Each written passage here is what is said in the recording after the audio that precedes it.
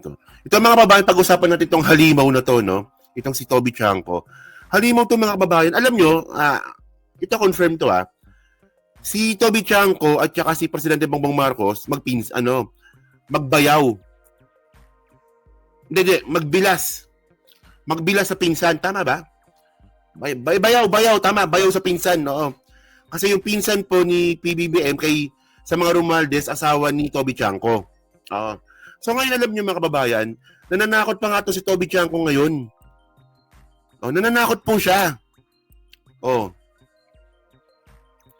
Tignan niyo ito So sabi niya dito, bayaw sa pinsan, tama, Tignan niyo, nananakot po tong gagong to, no? So sabi niya dito, Chanco threatens political breakup with PBBM if he protects Romualdez amid dearth of proof in flood control mess. Ayan So sabi nga po ni Toby Chanco na siya daw po ay aalis bilang kaalyansa o kaalyado ni Presidente Bongbong Marcos kung patuloy daw po poprotektahan ni PBBM si Martin Romualdez. Ang tanong dito, di ba? Pinoprotektahan ba ni PBBM si Martin Romualdez? Di ba hindi naman? Hindi, di ba? Kakasuhan niya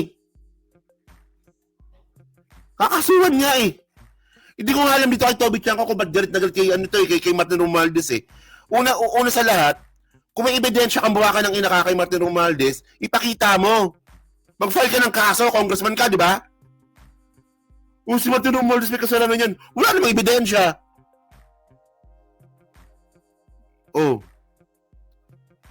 Sabi dito,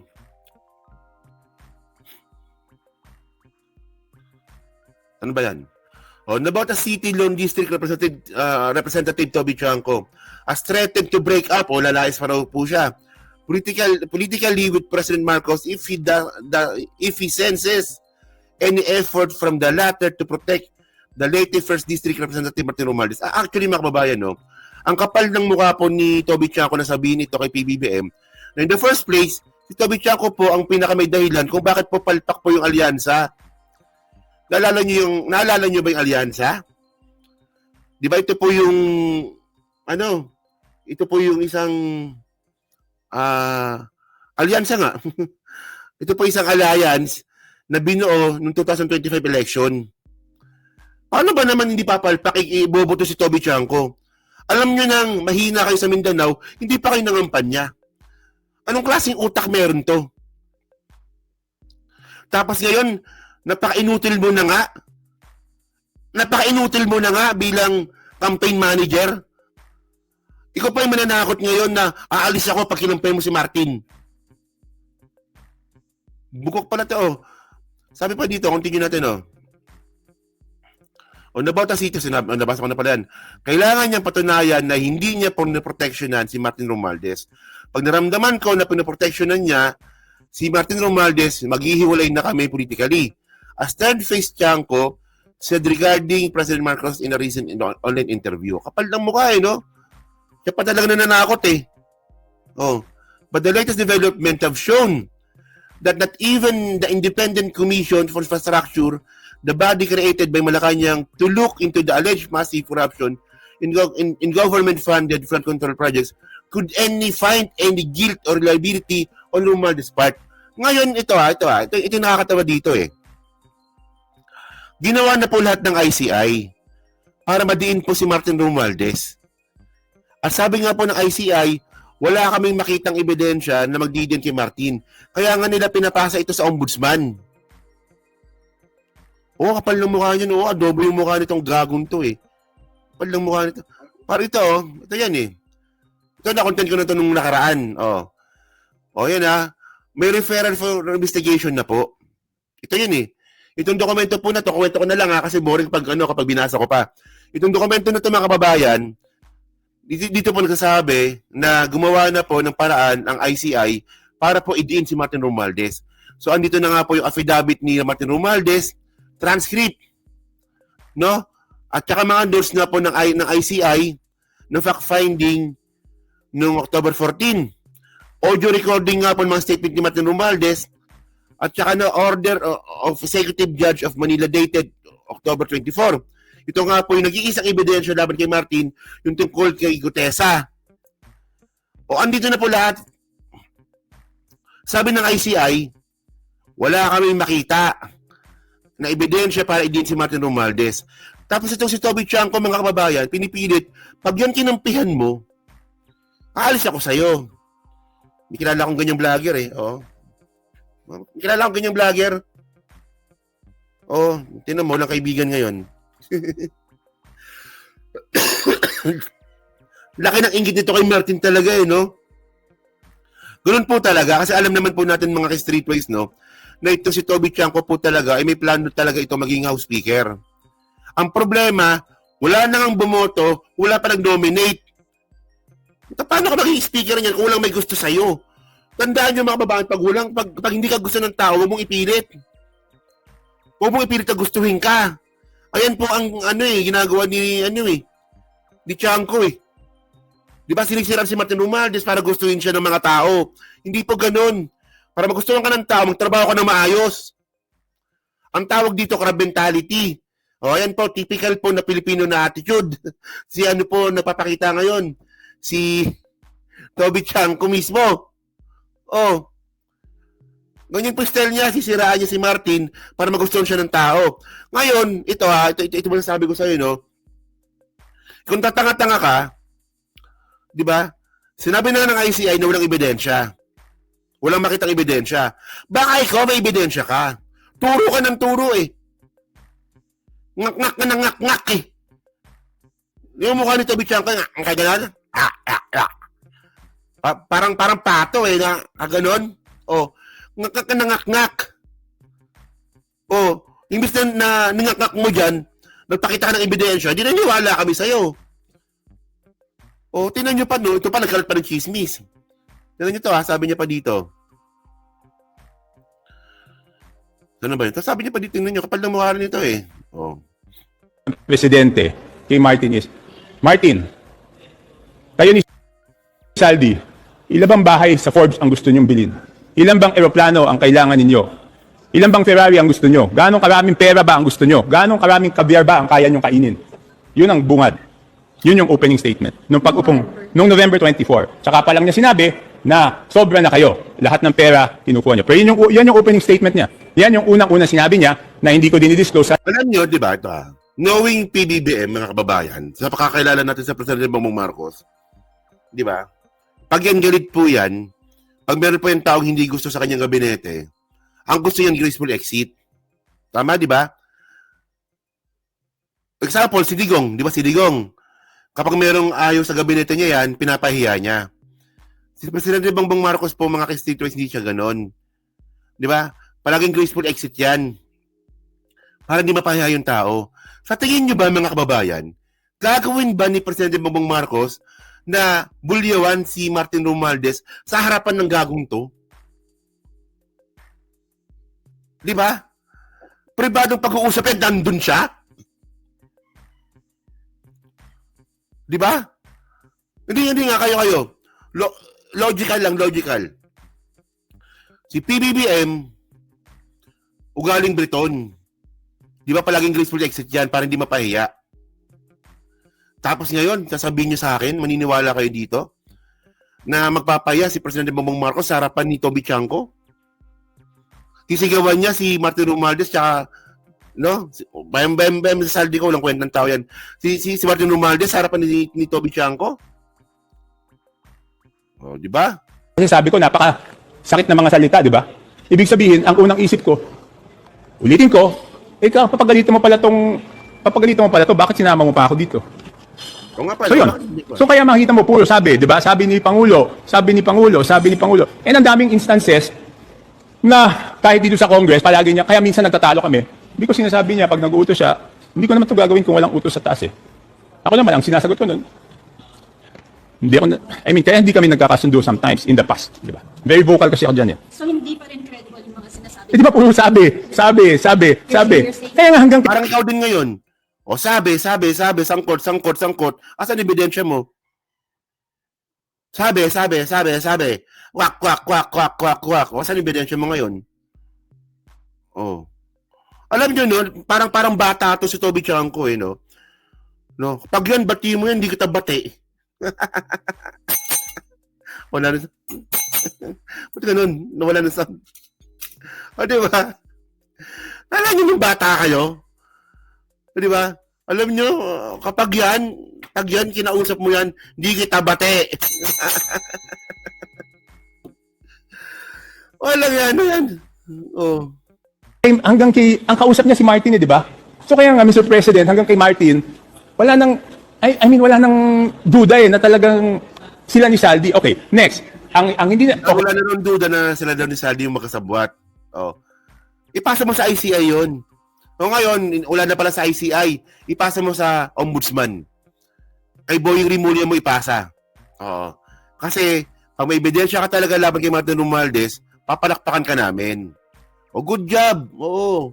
Sa wakas, ito na hinahanap naming ebidensya laban kay Martin. Di ba? at least tugma na nag-uusap sila ni Alcantara, di ba? Hindi na ma-deny. Ang titingnan na lang doon, sino ba nag-offer? Ang sabi ni Saldi, si Alcantara daw nag-offer. Ang sabi naman ni Alcantara, si Saldi pumunta sa kanya. Pero assuming Alcantara offered 20% o 25% for a project, ano mo naman mali yun? Bakit mo naman gagawin? Di ba? Assuming si Alcantara nagbigay nun o inoperan ka, bakit ka naman papayag? Tapos, simula pa lang, 2 billion na amount. Wow. Terrible. Ulit, sasabihin ko, di ba parang pareho yan di ba? Yung boss, hindi naman pwedeng walang natanggap. Pareho sila, di ba? Ang sinasabi. O sige, patunayan mo si Martin yung boss. Patunayan mo na si Martin yung boss. Oh, alam mo yung ganyang ugali, no? Ugali ni Harry Roque, yan ganyan eh. Yung gumagawa ng chismis, ano, binabae ka rin ba? O paano pag sinabi kong ikaw yung leader ng mga ng mga binabae sa Pilipinas, na wala akong ebidensya, fair para sa'yo yun? Oh. Ni Martin, wala siyang natanggap. Hindi ka nakakatulong, putang. Hindi ka nakakatulong, pabigat ka. Oh. Sinasabi ni Saldi, wala siyang natanggap. Eh silang dalawa yung nagtuturuan eh. Di ba may pera eh? So definitely, isa sa kanila, may natanggap. Pero ngayon, parehong silang sinasabi na walang natanggap. Eh saan napunta yung pera? Di ba? Baka kay PBBM. Oh. Baka sa presidente. Alam niyo mga kababayan, sa kakaganyan po ni Toby Chanko, no? Mas lalo pong dinidiin ng mga bobong mga DDS si PBBM eh. Hindi siya nakakatulong sa totoo lang eh. Di ba? Sabi ni Saldi natanggap niya yung pera, pero binigay niya kay Martin at wala natira sa kanya. Sabi naman ni Martin, malinis konsensya niya at wala siyang natanggap. Isa napunta yung pera, silang dalawa lang naman nagtuturuan. So between the two of them, talagang may pera between the two of them. Ang aalamin na lang, magkano ba yung kay Saldi doon? Magkano ba yung kay Martin Romualdez doon? Grabe yung logic nito, no? Hindi mo pa nga mapatunayan eh, na yung connection ni Martin tsaka ni Saldi ko eh. Hindi mo pa nga mapatunayan ngayon. Nag-uusapan mo ng hatian. Doon ka muna. Patunayan mo muna na nakontrabahan yung dalawa. Oh, kasi una mga kababayan, no, paano ako maniniwala sa'yo? Una, wala kang ebidensya. Pangalawa, gusto mo maging house speaker eh. In the first place eh. Oh, may napasa na bang batas si Toby Chanko? Kasi research ko nga yan, kung may napasa ng batas yan. Oh, tinan ko nga. So, hindi ka panipaniwala yung mga ibang sinasabi? Eh di ba puro sabi? Wala naman siyang sinabi, wala naman siyang masabi na direkta, di ba? Puro sabi ni Martin Romualdez, meron si Pangulo dito. I don't know kung ano yan. Kasi nasa harap ko sinabi mismo, na sabi niya, Martin, wala akong natatanggap dyan. Yan yung sinabi. Alam mong wala akong natatanggap dyan. Yung isa pa lang na sinabi niya Tama yun, di ba? in front of me is, kayo ni Saldi, ang dami yung kinukuha, grabe yung corruption sa House, at alam mo, Martin, wala akong natatanggap dyan. Yung pala yung isa, nakalimutan ko, buti tinanong mo yun. Sinabi niya pala yun sa harap ko. But again, Wala to, again, for me, it's not only whether the president received anything or not, di ba? I will have to say this, baka magalit siya sa akin, but the president has may constitutional sworn duty ang Pangulo na panagutin lahat ng involved, di ba? And I will say this again, in this situation, ang isip ng ordinaryong tao is, dahil pinsan niya si former Speaker Martin Romualdez, ang isip ng tao is pro-protection na niya. Kaya siya ay nalagay sa sitwasyon na kailangan niyang patunayan sa mga mamamayan na di niya proteksyonan ang kanyang pinsan at no one is above. Patunayan sa mamamayan o patunayan para sa sarili mo? Hindi kasi ito yung point mga kababayan eh. Ako gusto ko rin talaga maniwala na sangkot si Martin. Gusto kong maniwala. Di ba?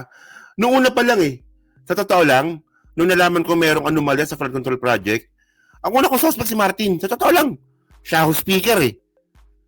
Pero syempre, to be fair, o sige, tingnan natin kung nung tatakbo ng ebidensya. So hanggang ngayon mga kababayan, no, ang nag-iisang ebidensya po talaga laban kay Martin ngayon, yung kay Gutesa. Alanganin pa, nawawala pa. So, paano mo kami makukumbinsi ngayon na sangkot si Martin? Kung yung nag-iisang ebidensya po laban kay Martin, hindi makita. Ikaw, parang ang dami mong alam eh. O, ikaw kayo tumistigo. O, ikaw, baka alam mo kung paano nangyari yon. Ikaw yung daldal ng daldal dyan eh. O, so, by the way, mababayan, no? Ayun ang natin. Visit to men, grabing kagagawan nito ni at syempre no, ang tanong natin dito, ano bang motivation dito na ano bang motivation dito ni pangalan nito, ni putang ina nitong hype na to, ni Toby Chanko. Ano bang motivation niya dito, ba't ginagawa niya to? So syempre, napakasimple lang. Posibleng parang kay Amy Marcos din. Posibleng politika at saka inggit. Oo. O tama, di ba? Pag may ebidensya, hindi, ito syempre. Pag may ebidensya, hindi po tayo tanga. Paniniwalaan natin. Fair yun. Hindi po tayo tatanga-tanga dito. No? At hindi rin po tayo tatanga-tanga na maniniwala agad sa sinasabi ni Toby Chanko. Oh. At dito po sa ginagawa nga po ni Toby Chanko, mas lalo po siya nagkikreate ng ng confusion. Mas lalo po siya nagkikreate ng skandalo. Mas lalo po na-iskandalo si Presidente Bongbong Marcos dito pa sa ginagawa niya. Tingnan mo pribado pag-uusap, pinagkalat mo. Oh. Ugali ba na isang lalaki yung ganon? Usapan niyo, puro kay lalaki doon, ipagkakalat mo? Oh, di ba? At by the way, hindi pa ako confirm, hindi pa ako satisfied kung totoo yung sinasabi niya. Oh, di ba? Tingnan niyo, hindi ba naisip nito ni hindi ba 'to naisip ni Toby Chanko? Na itong sinabi ni Toby Chanko sa media, pag nagkaroon na naman po ng pagkakataon na mayroong press conference si PBBM, itatanong to sa kanya. Ganun nga, sasabihin dito ng mga media na naman kay PBBM, Mr. President, totoo ba na sinigaw-sigawan mo si Toby Chanko? Totoo ba na sinigaw-sigawan mo si Martin Romualdez tulad na sinasabi ni Toby Chanko? So, inipit mo naman yung presidente dito. Gago talaga, Ang bobo talaga eh. Ang bobo talaga nito eh. Anong intention mo doon? Oh, ngayon nag-create yan ng confusion. Nag-create yan ng chismis na naman. Ngayon, syempre, pinikap ng media yan. Tatanungin po si PBBM dyan. Mr. President, sabi ng bayaw mo sa pinsan, na si Toby Chanko, na si Martin Romualdez, sinigawan mo. Oh. Pag sinabi niyang hindi, nasabi na naman, pinoprotektahan mo. Oh. Pag sinabi niya namang totoo, ituwan-tuwa ka na naman. Chismoso ka kasi. Bobo nga nito eh. Oh, ang ginagawa niya para lang sa sarili niya. Well, ganun talaga ang buhay. Oh. So yun mga babae, so ano masabi nyo nga po dito po sa ginawa nga po ni Toby Chanko. Napaka ano ko ba? So, hindi ko ma-explain kung paano kung binabaiba to, kung may inggit sa katawan, di ba? So yun so dyan sa Team Replay, ano masabi nyo nga po dito, no? At syempre, palike, pa-subscribe na rin po, no? Dyan sa Team Replay, and then pa-share na rin ng video po na to.